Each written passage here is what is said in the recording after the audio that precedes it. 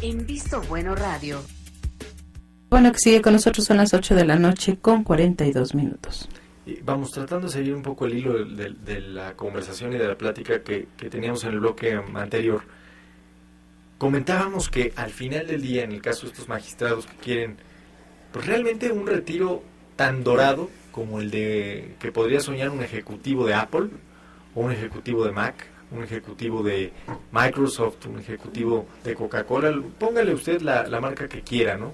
Al final del día yo hacía cuentas el otro día, decía, bueno, a este magistrado, de aquí a que se muera, le van a pagar una pensión que para efectos es una liquidación de $20 millones. Pónganse a pensar en qué ejecutivo, a qué nivel necesita estar para que se le pague una liquidación de $20 millones. Bueno, pero lo más grave del caso es que es un problema epidémico, o sea, es una epidemia. O sea, ya el Tribunal Electoral del Distrito Federal, a pesar de que en la anterior administración, cuando llegaron los nuevos, se opusieron vehementemente a que se les diera el bono y demás, ahora ya se lo pusieron, por no hablar de los tribunales de los estados, en donde se han llevado cantidades muy importantes los jubilados en ese sentido, pero sobre todo hay un problema de fondo, que tiene que ver con la legitimidad en el nombramiento. O sea, dijeras tú, bueno, vamos a traer a un rector de la UNAM y hay que pagarle lo que realmente vale, pero terminan repartiéndose esos espacios en la ruleta partidista. Te tocan 3, te tocan a ti 2, uno por no, pues, para que no digas que no te damos a dar uno, o sea, se siguen repartiendo en ese caso. Entonces digo, a mí me preocupa que luego ves magistrados que llegaron de dedazo, pero que finalmente alegan una legitimidad para cobrar un salario que no tienen definitivamente. Habría que empezar por amarrar los nombramientos a que de veras fuera gente que valiera. Yo pregunto, de estos personajes, ¿cuánto valen lo que quieren cobrar? Claro. Mira, si nos atenemos a la resolución, la más emblemática, creo que es la del año 2006, ¿no? Donde el tribunal hace prácticamente un recuento, la hicieron de bibliotecarios, de todas las cochinadas que se habían hecho en la elección presidencial, y dicen, pero no influyó, gracias, ya cerramos. Esa fue la participación del Tribunal Electoral. Si dijeras tú, bueno, han jugado un papel preponderante y demás, bueno, pues no hay tal, ¿no? Y yo creo que no se trata de demeritar a las instituciones, sino analizar cuando ellas mismas se demeritan por sus integrantes y por la voracidad de sus integrantes. Es peligroso que acaben engullidas por sus propios integrantes, ¿no, Robert? ¿Cómo estás, Roberto? Muy bien, Pepe, pues con una disculpa muy grande porque se nos retrasó por las cuestiones del trabajo, pero los ven escuchando muy atentos, uno más de los que escucha, y verdaderamente pues sí, es una durante burla. muchos años la cuestión electoral.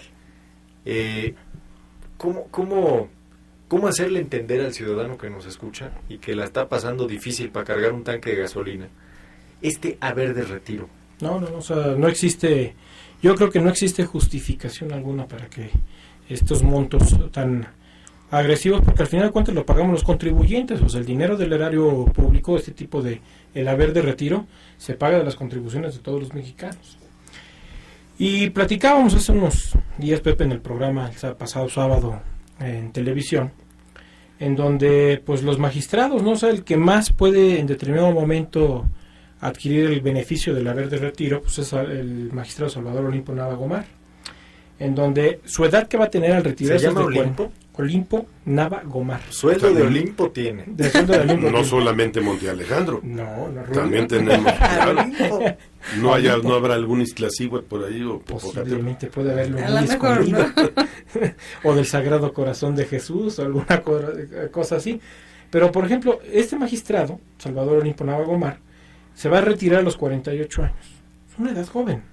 Pero súper productiva, aparte. Años de pensión, digo, el diario Reforma, en un análisis que hizo, en un estudio que hizo, Dice que si se toma como base la esperanza de vida de los mexicanos de 76 años, las pensiones vitalicias de los magistrados del TRIFE tendrán el siguiente costo para las finanzas públicas. Si este magistrado en 28 años de pensión puede alcanzar un acumulado de 196.8 millones de pesos. Imagínate todo eso lo que se haría, ¿no? José Alejandro Luna Ramos, el actual presidente de la Sala Superior del Tribunal, se va a retirar a una edad de 74 años y sus años de pensión son 2, o sea, lo calcula, ¿Cuánto ¿no? que no se muere a los dos? 9.6 millones de pesos. Contando que viva nada más 2 años, sí, claro. Lo cual es totalmente ficticio. La expresidenta María del Carmen Alanís Figueroa, su edad de retirarse va a ser de 49 años de pensión 27 y puede obtener un costo acumulado de 185.6 millones de pesos.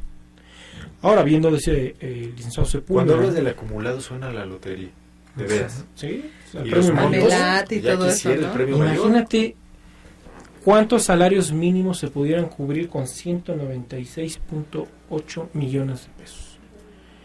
¿Cuántos empleos podrías Lo generar que pudiera generar con esa para suma. un país en el que está sediento de El empleos? total en todos esos años van a ser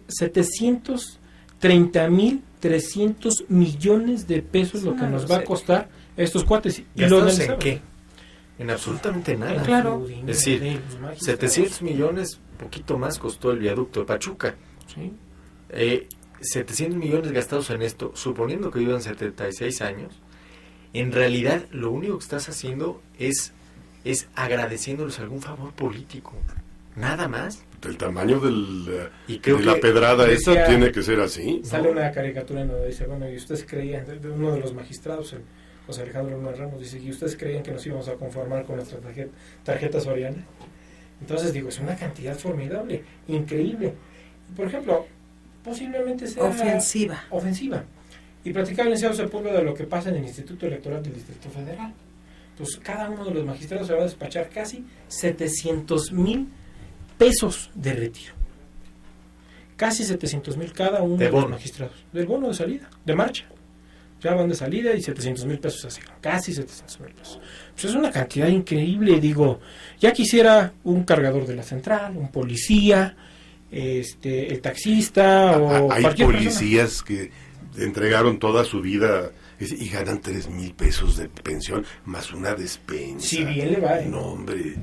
Digo, Si bien eso- le va. Pero las pensiones tan solo del Seguro Social, que van de 500 pesos mensuales, ¿no? O sea, es de verdad Mira, ya que grotesco. ya que Ahora, estamos y no tienen haciéndoles derecho, las cuentas, los policías no tienen derecho ni a seguro.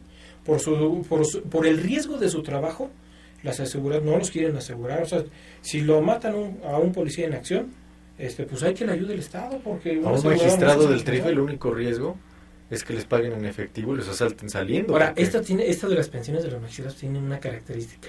Los primeros 2 años van a obtener el 100% de su salario, o sea, van a salir con su pensión al 100% del salario que obtienen. sin trabajar.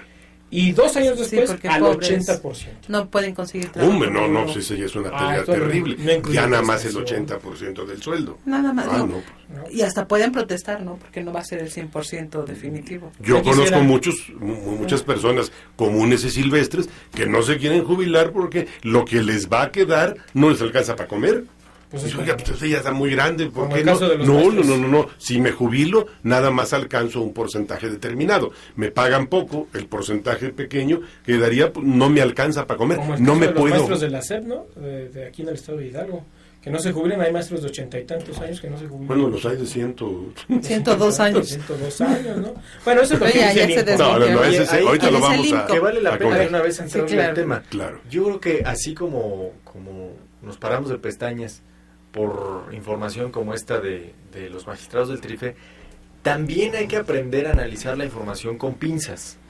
Porque, como vimos en el último ejemplo, hasta el INCO Como puede valores. seleccionar la información que le conviene para dar nota. No hablo de información errónea o que el INCO está haciendo mal su trabajo. Yo creo que sí, para hacer el Instituto Mexicano para la Competitividad, fueron muy laxos en la información y en la sistematización de la información. Tan es así que la CEP los desbarató en No 4 fue un análisis minutos. cuidadoso, ¿eh? No fue fue un análisis cuidadoso, fue un estudio pensando en la nota. Y tan es así que ayer en Reforma escribía Juan Pardinas, que merece todo mi respeto, dando pues una justificación en un artículo a lo que decía el subsecretario del VAL de la SEP el jueves pasado, en el sentido de que en efecto lo que se puede acusar es que hay un desorden en las cifras de la SEP. A ver, yo coincido contigo. Yo creo que estos datos de los lupitos y lupitas y todo aquello habrá que esperar a la verificación correspondiente para ver de qué trata el asunto. Ahí también se genera un derecho ciudadano para que nos den una explicación, sin prejuzgar si es o no cierto.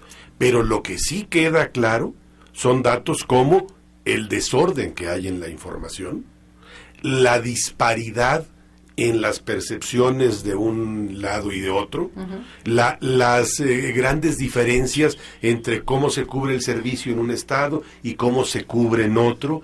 O sea, nos habla de un esquema de educación pública nacional que se maneja a cachitos, de usos inconexa, ¿no? de usos y costumbres, y de usos, abusos y costumbres. Entonces, bueno, yo sí creo que ahí el ciudadano requiere una explicación amplia y puntual, no dejar el tema que sea algo más de lo que se dijo, ya no se le dio seguimiento y demás, porque yo creo que no hay asunto tan importante para un país como la educación, en el caso particular. Nuestro futuro depende de eso. Pero pues entonces, en el país hay maestros de primera, maestros de segunda, maestros de tercera, de quinta y de décima, Sí. Como dice el licenciado Sepúlveda, o sea, no existe una homologación o un tabulador específico de lo que debe percibir un maestro. Y muchos maestros persiguen la entrecomillada compensación a sus servicios. Esta compensación que de manera discrecional a los maestros que son cercanos o que tienen un palancazo o que tienen a un familiar dentro de la SEP bien encumbrado, o el propio sindicato, les consiguen una compensación. Cuando tú hablabas, Roberto, de maestros de primera, de segunda, de tercera, yo creo que lo terrible es que ni siquiera se les paga en función de cuánto saben o que también hacen su trabajo. Claro. Hay maestros de primera y de primerísimo nivel que dan la vida en frente de un salón de clase que ganan como maestros de décima. Y tenemos personas que no saben estar frente a un nunca han agarrado un GIS, que les importa es enseñarle lo que sea a un niño. Nunca han agarrado un GIS, nunca han estado frente a un pizarrón y ganan como verdaderos pachás. Y esos maestros que están en las comunidades que hacen de todo en las escuelas, ¿no? Y que son admirables. Y que dices, bueno, tú eres director, eres maestro, eres intendente, eres el médico también de la escuela, porque aparte tienen grupos multimodales, ¿no? Entonces, ¿ellos qué? Ellos son los de la 10ª, 11ª o qué generación, ¿no? Que no, ni siquiera las compensaciones, ni de forma discrecional ni directa les lleguen. ¿Dónde están pregonadas las escuelas de calidad, que supuestamente esos programas que a nivel nacional se adoptan para que existan escuelas de calidad? Y pues digo, yo creo que las escuelas de calidad deben también tener maestros de calidad y que tengan también calidad en su salario, en su calidad de vida. Yo creo que este asunto, más que descalificar al INCO, que se me daría un despropósito terrible, ni descalificar a la SEP tan fácil, claro. Lo que sí nos tendría que llevar es a analizar la película completa, es decir, nuestro sistema educativo se nos quedó por ahí de los 50, porque nos pusimos la corona de laureles y nos fijamos nada más en la cobertura, ¿no? Es decir, en la meta de este país que logró alfabetizar y logró abrir escuelas a diestra y siniestra y que nunca se exigió más, y creo que la educación empezó a convertirse ya en un problema cuando se hizo un sector, es decir, cuando se hizo un sector político y clientelar, así como los votos del campo y los votos de los campesinos. Es una enfermedad se terrible. empezó a sectorizar el voto del maestro, el voto del magisterio, la sustentabilidad, ¿no? Convertirlos en votos. Yo creo que los maestros de México en efecto realizaron una labor titánica. Yo parto del esfuerzo, en la última parte, el esfuerzo de Vasconcelos, con todo lo que puedan decir del licenciado Vasconcelos, siendo secretario de Educación con Álvaro Obregón, con estas famosas misiones culturales, que era un esfuerzo verdaderamente titánico. Claro. Y llegaron cambiaron el rostro del país. Claro. Sin embargo, en efecto, alguien descubrió que era un sector que podría tener valor electoral en este caso y ya no seguimos ese esfuerzo titánico. A la fecha persisten, y yo creo que afortunadamente todavía son muchos, maestros verdaderamente respetables, claro, maestros de veras de vocación y todo eso. Pero al lado de ellos tenemos gente que son verdaderamente impresentables. Entonces yo sí creo que en este caso debe de ser un excelente pretexto el estudio del INCO para primero no hacer linchamientos, ni al gobierno, estoy de acuerdo, a ningún gobierno en ese sentido, tampoco al INCO ni nada, pero sí que de ahí se parta para hacer un análisis a profundidad y empezar a hablar de lo que debe ser la verdadera reforma educativa, no esta de lo administrativo que se vaya al centro en lugar de los estados y cosas como esas. Yo lo que pensaría en este tema es que debe de existir en todos los procesos y en todos los programas educativos que tiendan al tema de la calidad de la educación, que tienen que tener sustentabilidad en todos sus proyectos, en todos sus estándares. Hay una situación, por ejemplo, yo no descalificaría muchos de los esquemas muy funcionales que hubo a nivel nacional, como por ejemplo el tema de la instauración de las escuelas rurales, las telesecundarias, que es un sector donde de veras le echan ganas, sin duda alguna, ¿no? Sí, o sea, al final del día creo que tendríamos que recuperar el ideal de Vasconcelos, ya que lo traía el licenciado Sepúlveda a la mesa, que es, al final del día la educación es un instrumento de movilidad social. Si tú educas a alguien, le das la oportunidad de que, a pesar de no haber tenido las mismas condiciones de otro, sí tenga las mismas oportunidades. Creo que ese sí tendría que ser el objetivo final. Hoy por hoy no lo estamos logrando. Hoy por hoy es una gran bolsa de recursos que no necesariamente nos reditúa en ese sentido. Son las 8 de la noche con 58 minutos, el tiempo se ha terminado. Roberto Rico, muchas gracias. Gracias, Carmen. Licenciado Juan Manuel Sepúlveda, muchas gracias. José Luis Antón, muchas gracias. Gracias, Carmen. Ya ni hablo del Pachuca porque me enojo. Y a usted principalmente, que nos hizo favor de sintonizarnos un lunes más. Le agradecemos y lo esperamos el próximo lunes en punto de las 8 de la noche en otra mesa más de diálogo y análisis de Visto Bueno Radio. Que tenga excelente inicio de semana. NQ La Superestación presentó Visto Bueno Radio.